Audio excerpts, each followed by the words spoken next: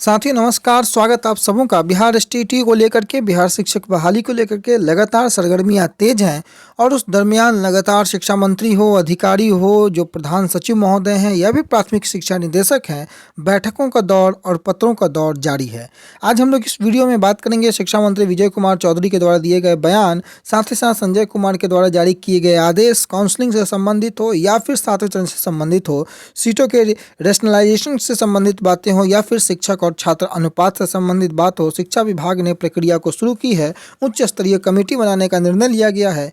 पिछले दिनों भी आप लोगों ने इससे संबंधित पत्र देखा होगा। आज सभी प्रमुख खबरों को हम लोग इसमें प्रकाशित करेंगे, जो कुछ आज अखबारों ने प्रकाशित किया है। 80,402 क्वालिफाइयों के लिए अच्छी खबर है। सातवें चरण की तैयारी मार्च में होने की कवायद जो है शिक्षा विभाग के माध्यम से लगातार निकल करके आ रही थी। मसला चाहे आप छठे चरण को लेकर के देख लें या फिर नियुक्ति पत्र को लेकर के देख लें, ऊहापोह की स्थिति के बीच शिक्षा विभाग का निर्णय कि सारी परिस्थितियां ससमय निपटारा हो जाएगा और सातवें चरण की शुरुआत मार्च में संभावित है। इसको लेकर के अभ्यर्थी काफ़ी सरगर्मी और जोश से भरे हुए हैं, ताकि अभ्यर्थियों का इंतजार 80,402 अभ्यर्थियों का इंतजार सातवें चरण के लिए ही था।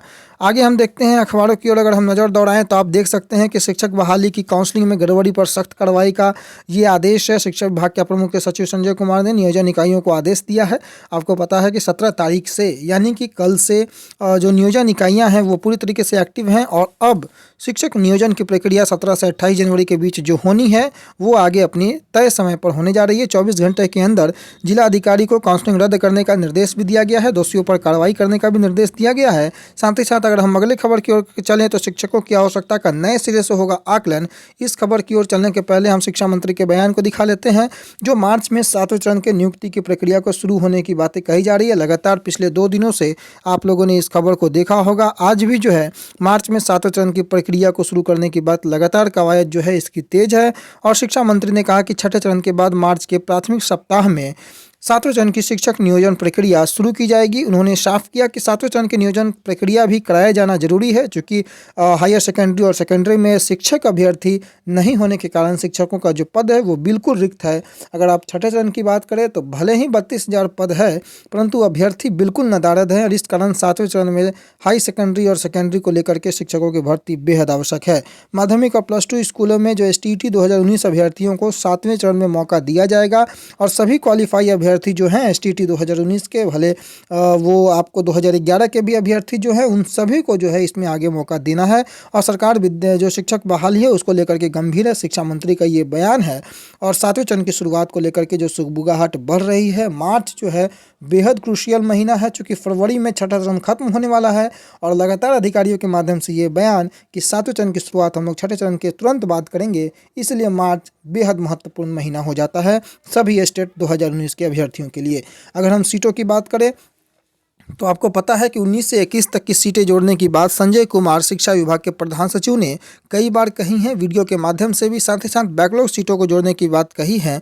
तो आप लोग यह निश्चिंत रहें कि सीटें बढ़नी तय है। अब वो कितनी सीटें बढ़ेंगी, इसी के दबाव सरकार को बनाना है कि मैक्सिमम नंबर ऑफ सीट्स बढ़ें, ताकि आप कहीं ना कहीं ज़्यादा से ज़्यादा लोगों का भला कर पाएंगे। तो शिक्षकों की आवश्यकता का नए सिरे से आकलन होगा। सेकेंडरी और +2 स्कूलों के पदों का रेशनलाइजेशन होगा। शिक्षा विभाग ने उच्च स्तरीय कमेटी बनाई है और अगर आप देखें तो आपको पता होगा कि पिछले दिनों एक पत्र जारी किया गया था पटना से, जिसमें सीटों की रैशनलाइजेशन को लेकर के बातें की गई थी। राज्य के उच्च माध्यमिक विद्यालयों के लिए निर्धारित जो शिक्षक छात्र अनुपात को ध्यान में रखते हुए पदों की स्वीकृति में एकरूपता के लिए पदों का युक्तिकरण होगा और इसके तहत बिहार विद्यालय परीक्षा समिति द्वारा माध्यमिक एवं उच्च माध्यमिक कक्षाओं के लिए जो शिक्षकों की न्यूनतम आवश्यकता का आकलन है उसको भी किया जाएगा।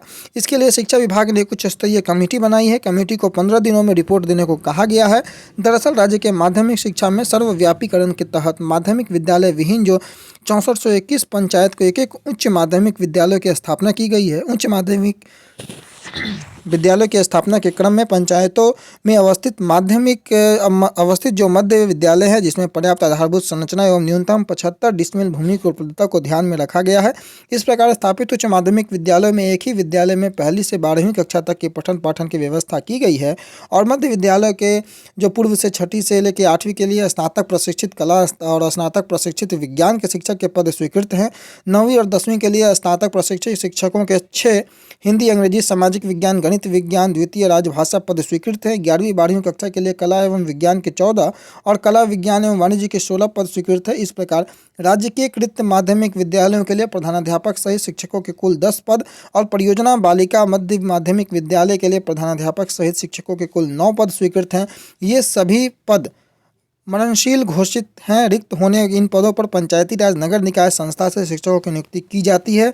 ये बेहद इंपॉर्टेंट लाइन है कि ये सभी पद जो हैं वो मननशील घोषित हैं। रिक्त होने वाले इन पदों पर पंचायती राज नगर निकाय संस्था से जो शिक्षकों की नियुक्ति होती है उसके आधार पर नियुक्त की जाती है। शिक्षकों का यहाँ पर नियुक्ति होता है और इसके मद्देनजर शिक्षा विभाग ने राज्य के सभी उच्च माध्यमिक विद्यालयों में शिक्षकों के पदों की स्वीकृति में एकरूपता एवं निर्धारित शिक्षक छात्र अनुपात को दृष्टिगत रखते हुए युक्तिकरण का जो आदेश है वो दिया है।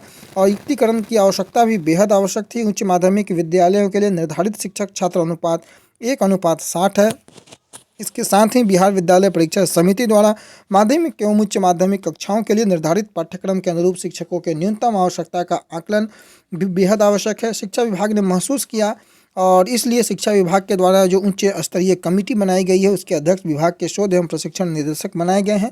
और आगे देखना होगा कि किस प्रकार से ये युक्तिकरण संभव हो पाता है। छात्र शिक्षक अनुपात हर विद्यालय में अच्छे होने चाहिए ताकि विद्यालय की और राज्य की और जो प्रदेश की शिक्षा व्यवस्था है वो बिल्कुल सुचारू रूप से चल सके। तो कई प्रक्रियाएं जो हैं वो आपको आगे देखने को मिलेंगी। साथ ही साथ 7वें चरण की प्रक्रिया भी उसी अनुपात में बढ़ रही है आगे। 6ठे चरण को लेकर के अभ्यर्थी जितने उहापोह की स्थिति में थे, काउंसलिंग अब लगभग तय समय पर होनी बिल्कुल सही है। और अब काउंसलिंग कल से शुरू है। सारे जो काउंसलिंग में भाग लेने वाले अभ्यर्थी हैं उनको शुभकामनाएं। और जो लोग बच जा रहे हैं शेष उनको मार्च में 7वें चरण की प्रक्रिया शुरू हो उसके लिए बिल्कुल उम्मीद की किरण बनाए रखना है, दबाव सरकार पर बनाए रखना है और सभी लोग एकजुट होकर 7वें चरण की मांग की जाए ताकि 7वें चरण भी आए और ये जो बेरोजगारी का दंश शिक्षक अभ्यर्थी झेल रहे हैं उस दंश से मुक्ति पाएँ।